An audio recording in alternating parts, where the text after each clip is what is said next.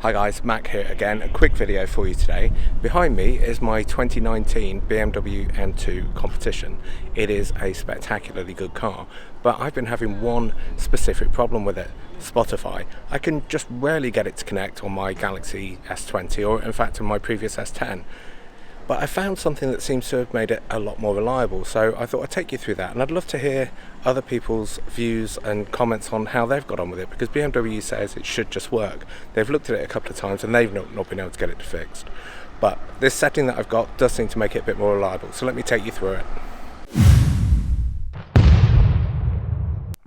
So here is the screen in my M2 Competition. I'm going to show you how to go through and just take your phone off and how to reconnect it. Just as a weird side note, when I dropped off my old M2, the guy asked me how I got on with the touchscreen. I had no idea it had a touchscreen. Not that proud of that, but there you go. Anyway, let's go through and I'll show you how to reattach the phone. So the first thing I'm going to do is actually remove it. So if we pop into our media, okay, what we want to do is go down right to the bottom. There'll be an option to manage your mobile devices. Select that and select your phone. Mine's the Galaxy S20 Ultra. And what I'm going to do is delete device. There we go. So that's now gone. So I'm also now going to go and remove it on my phone. So here we are on our Galaxy S20. This is another one that I've got, one of my test devices, but let me show you how to turn on developer mode, and we're going to change one of the settings in the Bluetooth configuration. So what we're going to do is go into settings. We're going to go all the way down to the bottom until we find about this phone. We are then going to find software information. And in there, you'll see something called the build number. Now, this is a tricky bit. What you're going to do is tap on the build number 7 times. Let me show you.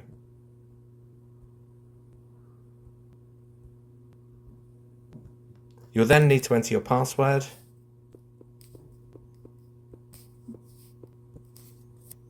There we go. We've now enabled developer mode. Now, because of that, it means we've got access to a lot more settings. So you need to be a little bit careful with this, because you can make your phone a little bit unstable. So what we're going to do is pop back into the settings, and what you should find is there's a developer options right down the bottom there. There we go.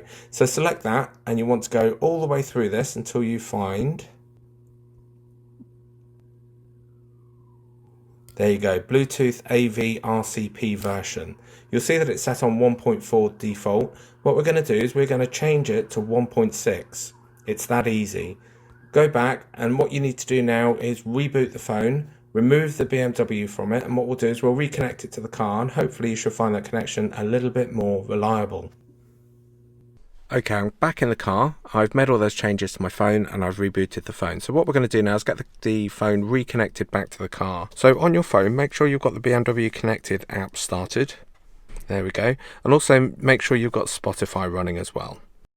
So what I'm going to do is pop into the media radio again. We're going to manage mobile devices, and we're going to connect a new device, and we want to select Bluetooth audio. And then on the phone, we want to go through the Bluetooth process. Settings, connections, Bluetooth, and hopefully my BMW is going to show up in there. Let's give it a moment. There we go. It should pop up with a key. There we go. Make sure they match, hit OK, and you might get some permissions pop through on your phone as well. There we go. We should now be connected. Now, what I found in Spotify, by the way, is you need to make sure that the car display mode is switched on. Let me show you what I mean. The car mode turn on automatically, otherwise it doesn't always seem to connect.